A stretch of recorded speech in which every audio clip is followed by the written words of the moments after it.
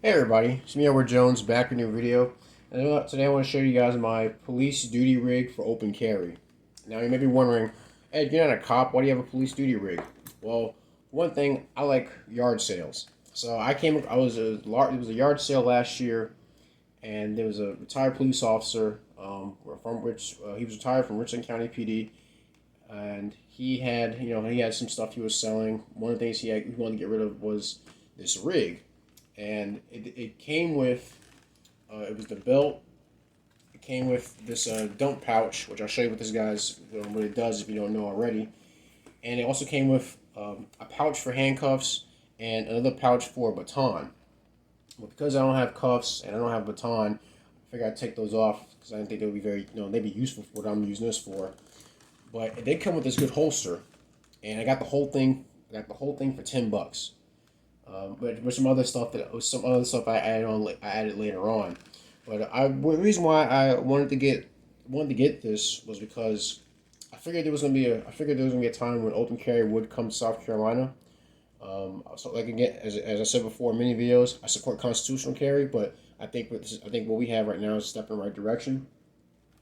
Um, I know people have the reservations about open carry, but like I said before, I do it because I like for it to be a conversation starter to those who are on the fence. And what's a bigger conversation starter than a young guy like myself carrying around this this dinosaur of a rig? And actually, the thing is, it's pretty comfortable.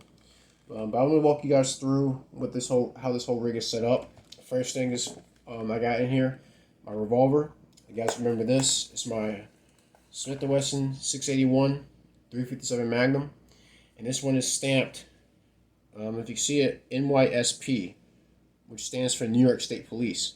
Is what they carried before they started carrying Glocks, and I got this back in 2012. Well, it fits this gun very well. I imagine this holster probably held another 357 Magnum. More likely, it was either a Colt or Smith & Wesson.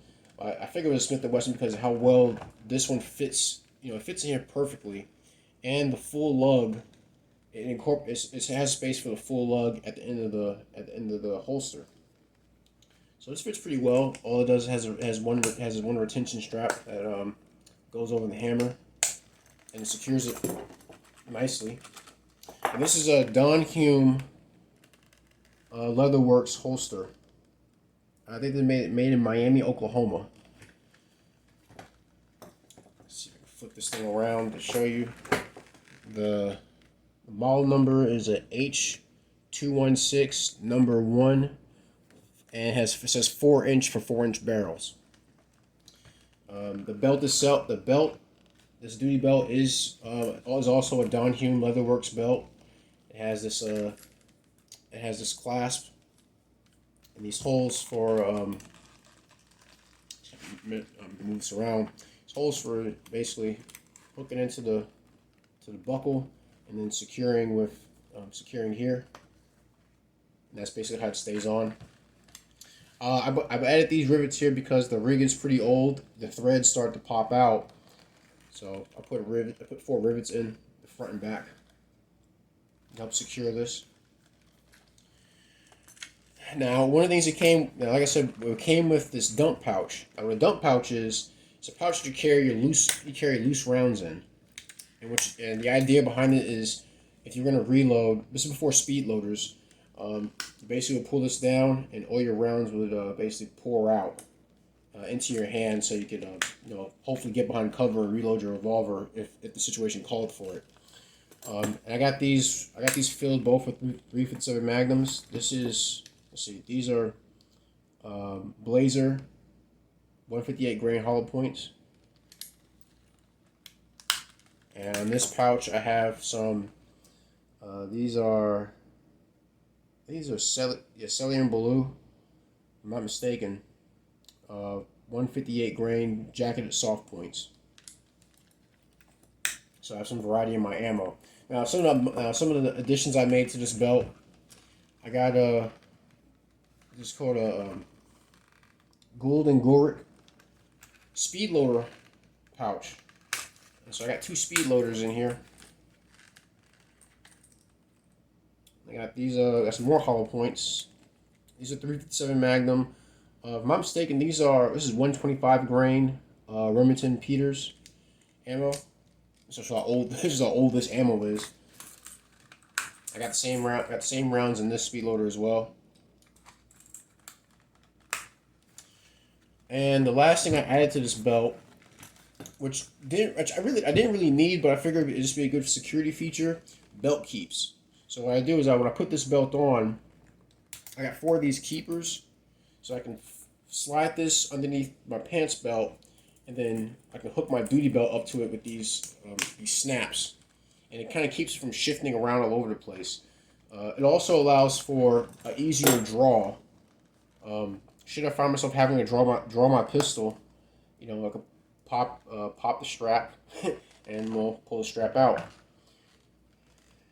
So it gives me more of an anchor point all the way around my waist, so that when I go to draw my revolver, the holster is not, you know, coming up with it, which is, you know, considering the age of the holster, is not really it doesn't really seem to be an issue, but just one more thing that just adds as an added layer of security to make sure the belt stays in place. Another thing is this: the holster is actually it has a metal. I think it has a metal, like kind of a spring plate built into it, and which basically keeps the revolver canted like this. I don't know if you can see it, but it sits out so the butt comes out at an angle, which allows for easier access and for quicker drawing. But yeah, that's my rig. I got one compliment on it. As I mentioned before, I was leaving from Lowe's, and a man inside his truck saw me wearing this. As I mentioned in a previous video, you know, I was gonna do a video showcasing this, which I'm doing right now. But so far, I think it's been very comfortable. It kind of sticks out. You know, it's not so outrageous that it's, it's got like, maybe it didn't really get a lot of people's heads turning. But I'll do another video, you know, after another 30 days come up, just talk about my experience, you know, so far with open carry. But this rig is actually pretty comfortable. I made a few changes to this revolver. I got a Wilson Combat spring kit to step down a bit on the pressure needed to pull the trigger in double action. So I switched out the main spring hammer and the trigger reset hammer for a lighter. I think it's 12 pounds. Something that's more easier for me to squeeze under pressure, because the previous reset spring was pretty stiff. But so far, I like this rig. I'm not sure if I'll do a rig for my 45, because like I said, I always carried it in the Serpa holster. But if I come across a belt that catches my interest, aside from the World War II belt that I have packed away, if I find one for everyday use, I'll do a video on that. But so far, this is the only basically built for duty rig that I have. But thankfully, it's it's a pretty comfortable thing to wear. Right, it sits off to my side when I'm in the truck, and it's not really in my way when I'm moving around. That's my video. Tell me what you guys think. Do you like this rig? Do you dislike it? Do you have a rig like this? Do you still see people where you live carrying not just revolvers, but carrying them in like basically a police rig? You know, like I said, I got this from a retired police officer in Colombia, and he was more than happy to sell this to me. I mean, I think I did made off pretty well with with this rig, all things considered. That's my video. Please share your thoughts. Leave a comment in the comment section. Like, share, and subscribe. If you want to help out with the channel, just go to my YouTube homepage. Look for the Give Up That Cheese button. It'll take you to PayPal. All donations are appreciated. Any gripes, complaints, send me a PM. I see what I can do to address them. That's my video.